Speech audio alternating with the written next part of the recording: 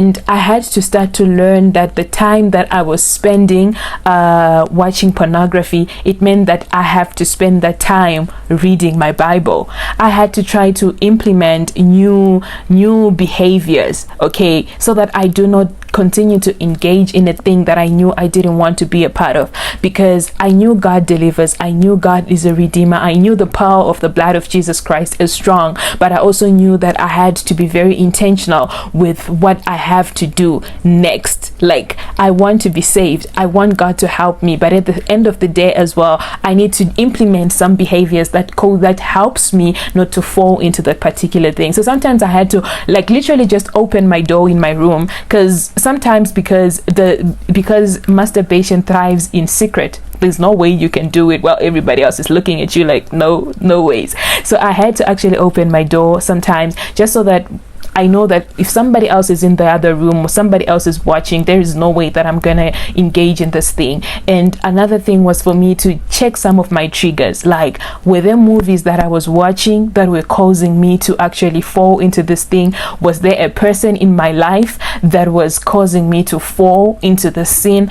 And all of those things are things that I had to decide to say, you know what, I have to stop watching movies that have these kind of scenes because they are a trigger to me, or I have to stop listening to music that has these kind of lyrics because they are a trigger to me. And I had to let go of someone that I thought was going to be my husband. Child, I'm going to share that story sometime. And you know, I had to let go of that person because it was also another trigger that would cause me to fall into the sin. So I had to let go of those triggers, but I knew that even if I let go of the triggers, it doesn't mean that I will not fall. I needed the power of God to help me out, and I also don't even know how it ended. All I know is just the power of God just came and did what the power of God can do, and it delivered me. And even sometimes when God had delivered me, I still fell. Like, how? Like, God, you just saved me, what is going on?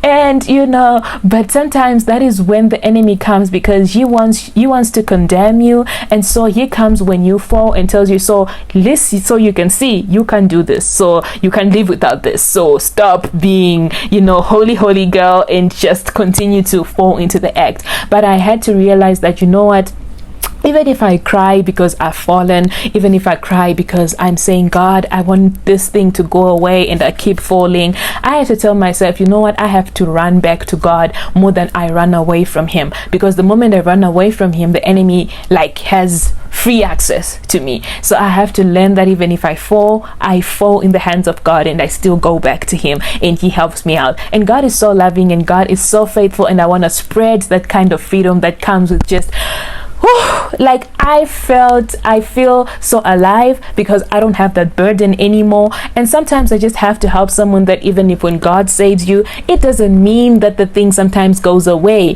Sometimes you still have the temptation, but the good thing about having Jesus and the good thing about having the power of God is now you can flee the temptation. You can no longer just fall into it blindly. Now you have the power of God, the power of the blood of Jesus Christ to be like, you know what, I am not gonna do this. If you were feeling like it, and maybe it's a movie you're watching, it's for you to be like very quick to turn it off and look for something else to do, or look for a worship song to listen to, or look for a friend to call that can edify you, something like that. But as long as you know those triggers, you are able to actually have the self-control to be like, you know what, I shouldn't be engaging in this. And so because Jesus has given you the fruit of the Spirit, which is self-control, you can be able to be like, you know what, I'm not gonna engage in this thing, I'm not gonna fall into this thing. And so I'm just happy that God, you know, came through for me. God saved my life, he saved my soul, because I was in deep, child. Like